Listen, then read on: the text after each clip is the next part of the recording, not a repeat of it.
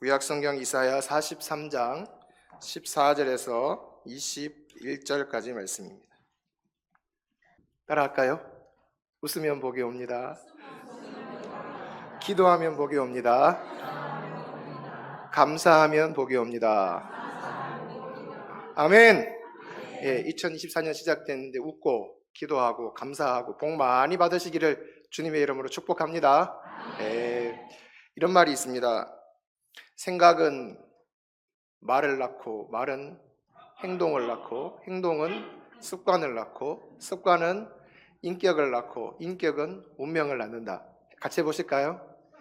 시작. 생각은 말을 낳고 말은 행동을 낳고 행동은 습관을 낳고 습관은 인격을 낳고 인격은 운명을 낳는다. 중간에 생략하면 맨 처음에 생각이죠. 생각하고 말이 운명을 낳는, 운명을 좌우하는 무엇이 돼요? 씨앗이 된다는 것입니다. 그래서 씨앗을 잘 뿌려야 좋은 운명, 행복한 삶을 살아갈 수가 있다는 것입니다. 그러니까 생각과 말을 잘 해야 된다는 것입니다. 잘해야 행복하고 기쁜 삶을 살아갈 수가 있습니다. 잘못하면 불행해질 수 있는 것입니다, 여러분. 2023년 잘 보내고 원래가 그거대요. 갑진년. 제가 이런 걸 잘 안 쓰는데 갑진년이 왔으니 값지게 보내자 그랬는데 갑진년이 돼버린 갑진년. 청룡의 해라고 막 그러는데 2024년 우리가 행복하게 보낼 수 있는 비결은 바로 생각을 어떻게 하느냐, 또 말을 어떻게 하느냐, 거기에 달려 있다는 것입니다, 여러분. 제가 지난 금요일 날 이틀 전에요. 우리 교회 금요 기도회 많이 모이는 거 아시죠? 금요 기도회 많이 모이는데 우리 아들이 왔어요. 우리 아들이 특별 새벽 기도도 다 참석하고 금요 기도회도 왔거든요. 잘했죠? 우리 아들 자랑하는 게 아니라 여러분도 나오시라고. 기도회 마치고 집으로 돌아가는 길에 엄마랑 아들이 다툽니다. 무엇을 가지고 다투었느냐? 스마트폰이요. 우리 아들은 잠잘 때까지 스마트폰 보다가 자고 싶어하고 엄마는 안 된다. 눈 다 버리고 거기 잠도 안 오고 안 된다. 그랬어요. 우리 아들한테 예전부터 전해오던 법칙이 있어요. 11시 되면 무조건 스마트폰 내놓고 자야 된다. 이런 그러죠, 집에서 애들. 11시 되면 내놓고 자야 되는데 시험 끝나고 이제 대학교 합격하고 난 다음에 좀 그냥 놔뒀어요. 내라 말도 안 하고. 그러니까 좋다고 자유를 얻었다고 막 시간 가는 줄 모르고 깜깜한 방에서 그냥 계속 이걸 보고 있는 거예요. 그래서 그러다가 안 되겠다. 다시 자유를 줬더니만 자유를 잘 사용하지 못하네. 그래서 다시 11시 되면 내라. 금요일 날. 못 내겠다. 아들은 못 내겠다. 엄마는 내라. 막 다투는 거예요. 제가 그래서 중간에서 큰 소리를 한번 질렀어요. 무슨 말을 했는지는 비밀입니다. 집에 왔는데 아내 얼굴이 싸늘해요. 말도 안 해요. 아침이 됐는데 말도 안 해요. 교회 와가지고 제가 문자를 보냅니다. 내가 큰 소리 질러가지고 화가 났어요. 그러니까 그렇대요. 그래야 제가 미안해요 하고 보냈어요. 그리고 풀렸거든요. 큰 소리 한번 지르는 바람에 그냥 하루가 그냥 답답한 마음 가지고 살았다니까요. 여러분. 말을 어떻게 하느냐, 어떤 생각을 하느냐, 어떤 말을 하느냐, 그 행불행이 결정이 된다는 것입니다, 여러분. 야고보서 기자는 뭐라고 했습니까? 이 말에 대해서 이야기하면서 배의 작은 키가 조만한 그것이 배 뒤에 달려가지고 좌우로 움직임에 따라서 그 엄청난 배가 어떻게 해요? 방향이 결정이 되는 것처럼 우리 입에 달린 이 작은 혀가 우리가 하는 말이 우리 생의 수레바퀴를 불사른다 그랬습니다. 어떤 말을 하느냐에 따라서 우리의 운명이 결정이 된다고 야고보서 기자가 우리에게 가르쳐 준 것입니다. 그래서 말이 정말 중요하다, 여러분. 우리 노원계 성도님들은 다 긍정적이고 좋은 말씀들을 많이 하는 것을 제가 1년 지나면서 느꼈어요. 기분 나빠도 참고 하나님 앞에 풀고 기도하고 절대로 상대를 향해서 공격하지 않고 아무도 아멘 안 하시는데 아닌가요? 분위기 참 좋아요, 우리 노원교회. 그래서 제가 1년 겪어본 한 해를 지나고 지금 새해에 대해서 목사가 거짓말하면 안 되잖아요, 그죠? 그래서 경험해온 결과로 참 좋으신 분들이 많다, 성도님들. 그걸 느꼈습니다. 우리가 2024년 시작이 됐는데 행복하게 살아갈 수 있는 비결은 좋은 생각하고 좋은 말 하는 것인 줄로 믿습니다. 그래서 올 한 해 여러분 부정적인 생각은 다 떨쳐버리고 하나님 앞에서 좋은 생각, 긍정적인 말하면서 예배하면서 그렇게 살아가는 우리 믿음의 성도들이 될 수 있기를 소망합니다. 우리가 읽은 이사야 43장의 말씀은 이스라엘 백성들에게 아주 긍정적인 생각, 꿈과 희망을 안겨주고 있는 그런 말씀입니다. 꿈과 희망을 노래하는 정말 멋진 말씀이 이사야 43장에 기록되어져 있는 것입니다. 근데 이 말씀은 어떤 배경으로 하고 있냐 하면 이스라엘 백성들이 바벨론 나라의 포로로 끌려가잖아요. 그죠? 이제 포로로 끌려가서 바벨론이 워낙 엄청나게 강하기 때문에 그 나라에서 마음껏 하나님 앞에 예배하지도 못하고 자유도 없는 고통스러운 삶을 살아가고 있었어요. 하나님이 에스겔에게 말한 것처럼 골짜기에 마른 뼈가 가득했던 바로 이스라엘 백성들의 포로 생활하는 상태가, 그들의 영적인 상태가, 그들의 마음이 바로 그랬다는 것입니다. 마른 뼈처럼 그렇게 소망 없고 꿈꿀 수 없는 그런 상황 가운데 놓여 있었던 이스라엘 백성들에게 주신 말씀이 뭐냐면 바로 이사야 43장 우리가 읽은 말씀인 것입니다. 그때 당시 이스라엘 백성들의 상황을 시편 137편 1절에서는 이렇게 표현하고 있어요. 우리가 바벨론의 여러 강변 거기에 앉아서 시온을 기억하며 울었도다. 그 중에 버드나무에 우리가 우리의 수금을 그렸나니. 바벨론의 여러 강변에 한 곳에 모여 살았는 것이 아니라 포로로 끌려가서 여기저기 흩어져서 고통 가운데 살아가고 있었다는 것입니다. 거기에 앉아서 옛날 시온, 예루살렘, 이스라엘을 기억하면서 눈물을 흘리면서 시간을 보냈다는 것이죠. 그런 고통과 아픔 가운데 있었다. 누구도 희망을 노래할 수 없는, 누구도 꿈꿀 수 없는 그런 상황 가운데서 하나님께서 이사야 선지자를 통해서 오늘 이 말씀을 하시는 것입니다. 18절 말씀을 다시 보겠습니다. 18절 말씀을 다시 보면 너희는 이전 일을 기억하지 말며 옛날 일을 생각하지 마라 그랬습니다. 이전 일을 기억하지 말며 옛날 일을 생각하지 말아라. 자, 그러면 이전 일, 옛날 일은 무엇을 의미하며 어떤 일을 의미할까요? 두 가지 의미가 있어요. 첫 번째는 뭐냐 하면 과거에 고통스러웠던 일을 의미하는 것입니다. 과거에 고통스러웠던 일, 바벨론의 침략을 받아서 성전이 무너지고 불타고 많은 사람들이 죽고 가족들이 뿔뿔이 흩어지고 또 포로로 끌려갔던 그 고통스러운 그 기억을 말하는 것입니다. 여러분, 그걸 기억하지 말아라, 그걸 생각하지 말아라, 그렇게 이야기하고 있는 것입니다. 여러분, 사람들이 살아가면서 형편이 어려워지면은 내 삶의 형편이 어려워져요. 금전적으로도 어려워지고 건강도 안 좋아지고 계속해서 내 삶 가운데 어려운 문제들이 닥쳐오면은 좋은 생각, 긍정적인 생각하기가 쉬워요? 아니면 부정적인 생각을 하기가 쉬워요? 예, 맞아요. 부정적인 생각이. 환경이 계속 어렵다 보면 그래 생각해. 내가 무슨 죄를 지어서 이렇게 내 삶의 환경이 이렇게 됐냐? 내가 뭘 잘못해서 이렇게 됐냐고. 부정적인 생각을 하기 쉽고 부정적인 말을 하기가 쉬워지는 것입니다.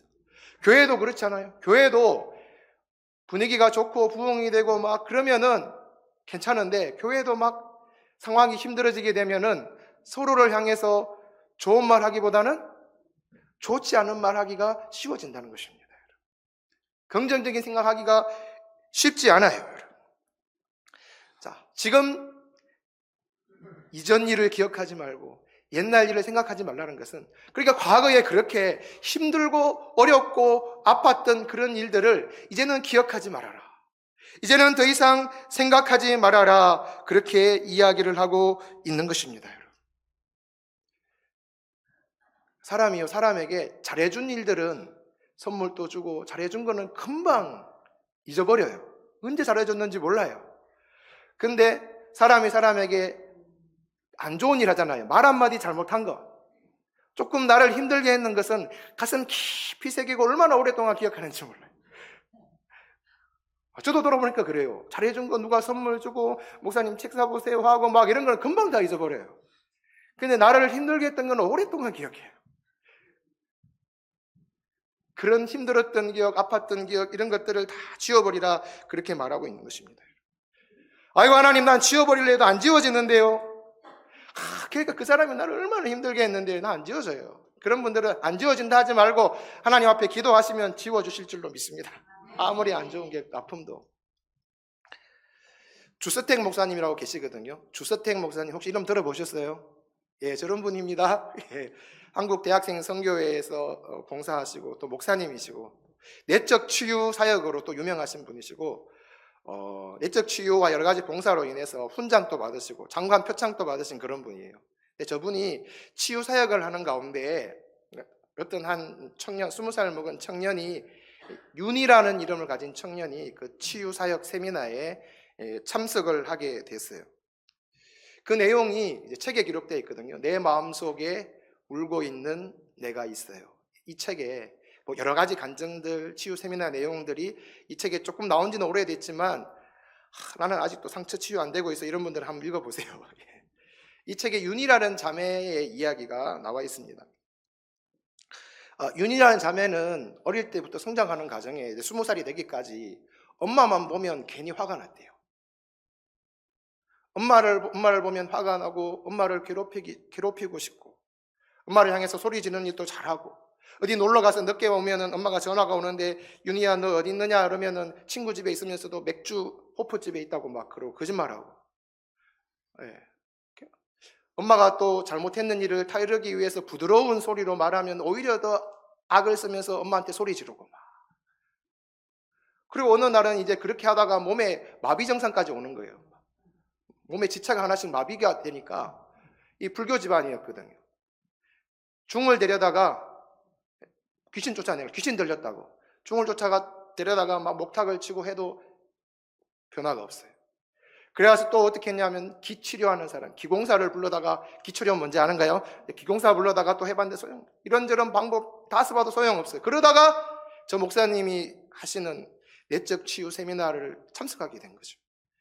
그래서 저 세미나에 참석해서 목사님에게 이제 윤희가 이야기를 하는데 어떤 얘기를 하냐면 저 책에 있는 내용 그대로 제가 한번 읽어드릴게요. 제 마음속에는 울고 있는 내가 있어요. 오른쪽도 아니고 왼쪽 가슴에요. 밑에 하반신은 보이지 않는데 머리는 길게 늘어뜨리고 검은 옷을 입고 얼굴은 핏기도 없이 창백해져서 울고 있는데 내가 왜 울고 있는지 나도 모르겠어요. 밖에 내 얼굴은 항상 웃고 있지만 내 왼쪽 가슴에 있는 나는 너무 슬퍼서 한없이 울고 있어요. 이렇게 울다가 결국은 죽을 것 같은데 도대체 어떻게 해야 할지 모르겠어요. 왼쪽 가슴에 아주 슬픈 얼굴 표정을 한 자기 자신이 가슴 속에서 울고 있다. 어떻게 해야 될지 모르겠다. 이러다가 죽을 것 같은데. 이런 마음을 가지고 이 세미나에 참석을 하게 되는 거예요. 첫째 날 강의가 끝나고 둘째 날 이제 세미나를 하게 되는데 말씀을 듣고 기도하는 가운데 뚜렷하게 떠오르는 한 장면이 자기에게 다가왔다는 것이죠. 윤희는 가정에서 두 번째 딸로 태어났습니다. 첫째가 딸이었어요. 이 할머니가 며느리가 아들 낳기를 그렇게 원했는데 첫째가 딸로 태어나서 시집살이를 좀 독하게 시켰나 봐요. 그 시집살이 하는 가운데 둘째는 아들이 나오겠지 했는데 둘째로 태어난 애가 바로 윤희예요. 또 딸이 나온 거죠. 그러니까 이 할머니가 마음이 너무 안 좋았어요. 너무 안 좋았어요. 근데 이 윤희가 울보였어요. 너무 잘 우는 거예요. 너무 잘 울어. 울음을 잘 그치지도 않았고. 근데 어느 날 이 윤희 아빠가 재판을 받을 일이 생겨가지고 재판 받으러 가는 날이었는데 그날 또 이 윤희가 계속 운 거예요. 아빠 재판 받으러 가는데 계속 울었어요. 할머니가 어떻게 했을까요? 예, 그때 3살쯤 됐대. 3살쯤 됐. 할머니가 이 윤희를 데리고 가가지고 그때 마침 비가 내리고 있었는데 비 오는 진흙탕에다가 이 윤희를 던져버린 거예요. 아이를. 그래야 진흙탕에 비 오는 그 진흙탕에서 울고 있는데 그 모습을 엄마가 봤어요. 근데 엄마가 봤는데 여러분은 엄마 같으면 어떻게 했겠어요? 엄마도 그날은 윤희를 외면하고 보고 다시 집으로 들어와 버린 거예요.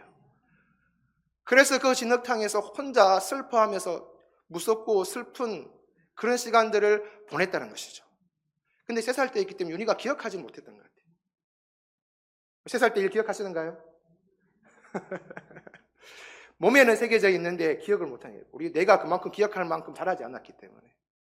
근데 그 장면을 하나님이 보여주셨는 거예요. 그 장면을. 그 가슴 앞에 울고 있는 그 모습을 엄마만큼은 그러지 말았어야지. 할머니는 미워가지고 그걸 버렸다 하더라도 엄마만큼은 그랬으면 안 되지. 그러면서 막 가슴이 찢어지듯이 그런 가슴을 가지고 소리치며 울고 있는데 그 세미나에서 말입니다. 주님이 찾아오셨어요. 주님이 찾아오셔서 처음 주님을 만난 거예요. 윤희는 거기서. 자기를 따뜻하게 감싸주시면서 엄마를 용서하지 않겠니? 윤희야, 엄마를 용서해라.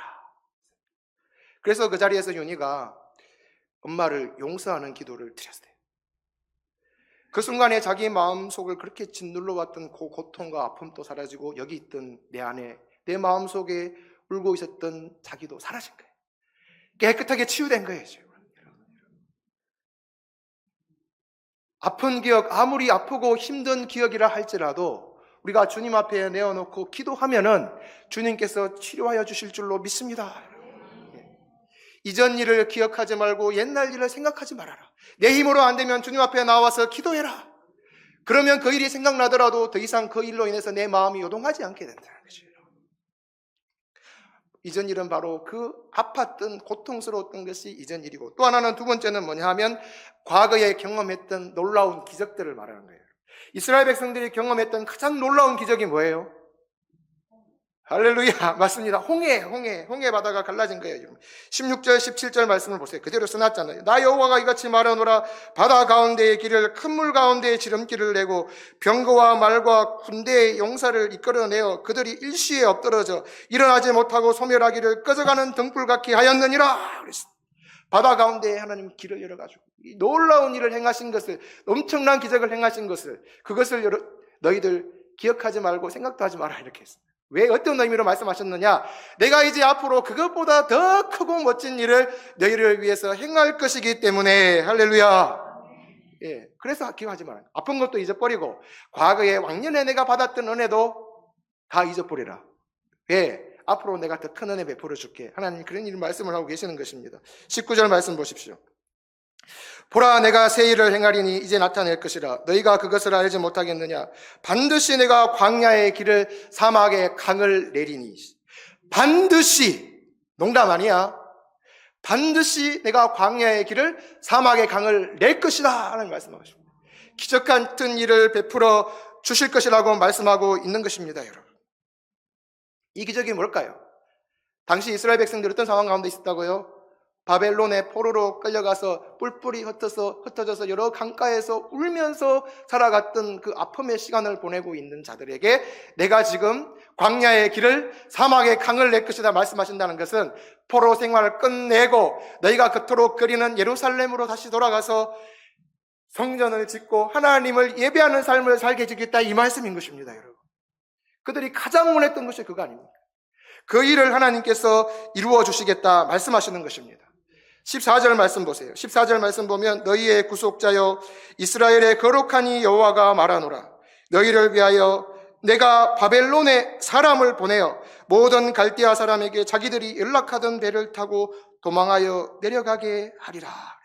하나님이 말씀하신 내가 바벨론에 사람을 보내겠다 말씀하셨어요. 애굽에서 종살이하던 이스라엘 백성들을 구원하기 위해서 어떤 사람 누구를 보냈죠? 모세를 보냈다는 거죠. 모세를 보내서 애굽에서 종살이하던 이스라엘 백성들을 구원하셨던 것처럼 내가 지금 너희들 포로 생활하고 있는데 너희를 구원하기 위해서 사람을 보내리라. 이렇게 하나님께서 구체적으로 말씀하고 계시는 것입니다, 여러분. 그 사람을 보내서 하나님이 어떤 일을 하게 하시느냐?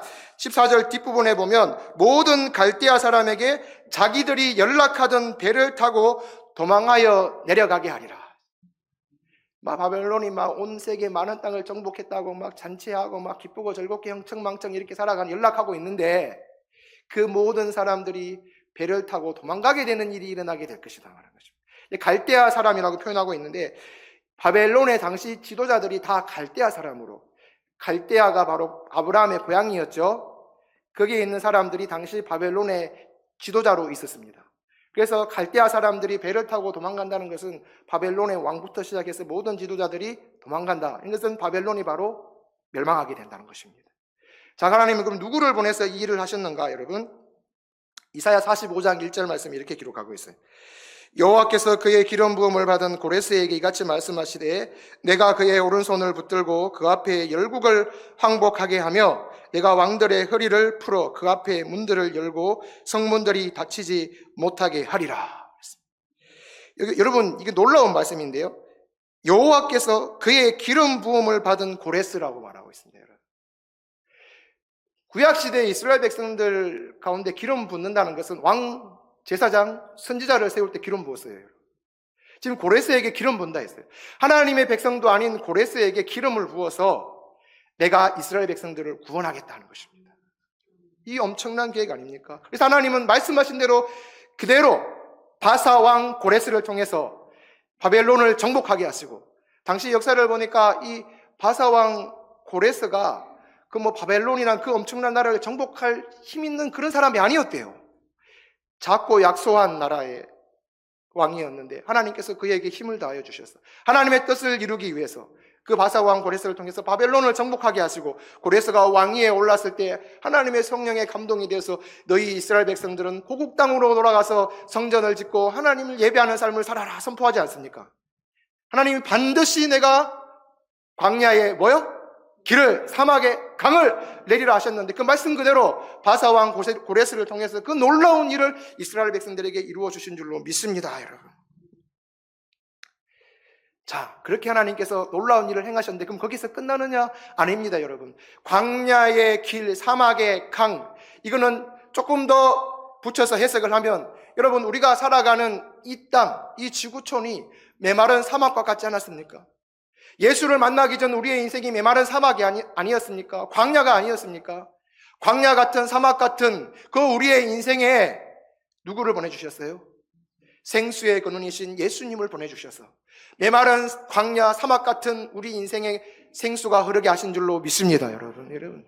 그 엄청난 일을 우리를 위해서 행하셨단 말입니다. 예수 그리스도께서 십자가에 못 박혀 피 흘리고 고난당하심으로 말미암아 우리가 메마른 광야에서, 사막에서 벗어나서 생명수가 흐르는 그 길을 걸을 수가 있게 되었다는 것입니다, 여러분. 그러면 거기에서 끝나느냐? 아닙니다. 우리에게 생명수를 주신 우리 주님께서는 거기에 더하여 놀라운 일을 우리에게 더 주시기를 원하시는데, 내가 온 것은 양으로 생명을 얻게 하고 더 풍성히 얻게 하려는 것이라 주님 말씀하셨죠. 요한복음 10장 10절에. 생명을 얻게 한다는 것은 바로 구원의 은총을 베푸신다는 말씀이고, 더 풍성히 얻는다는 것은 우리 삶을 축복하시겠다, 내 삶에 복을 주시겠다고 말씀하신 것입니다, 여러분. 하나님께서 반드시 이 일을 우리를 통해서 이루실 줄로 믿습니다. 2024년 시작되었는데 부정적인 생각, 아팠던 기억들, 좋지 않았던 것들은 다 기억하지 말고 생각도 하지 마시기를 바랍니다. 앞에서 말씀을 드렸던 것처럼 생각나면 주님께 기도하십시오. 윤희를 찾아왔던 그 주님께서, 그 성령께서 우리를 찾아오셔서 기억나지 않게 하실 줄로 믿습니다. 그리고 긍정적인 생각, 희망의 생각을 품고 하나님 나를 축복하여 주십시오. 과거에 받았던 그 은혜보다 더 큰 은혜로, 더 큰 능력으로 내 심령 가운데, 내 삶 가운데, 우리 교회 가운데 역사하여 주십시오. 기도하면서 나아가는 우리의 삶이 될 수 있기를 간절히 소망합니다. 우리 함께 기도합시다. 반주자 좀 반주해 주시고요. 하나님께서 광야의 길을, 사막의 강을 내신다 하셨습니다. 하나님, 우리가 아팠던 기억들, 고통스러웠던 기억들 다 잊어버리게 하시고, 왕년에 받았던 은혜도 다 잊어버리게 하시고, 더 큰 은혜와 더 좋은 일을 행하실 하나님을 기대하며 믿음으로 살아가는 2024년 되게 하여 주십시오. 합심하여 통성으로 기도하겠습니다.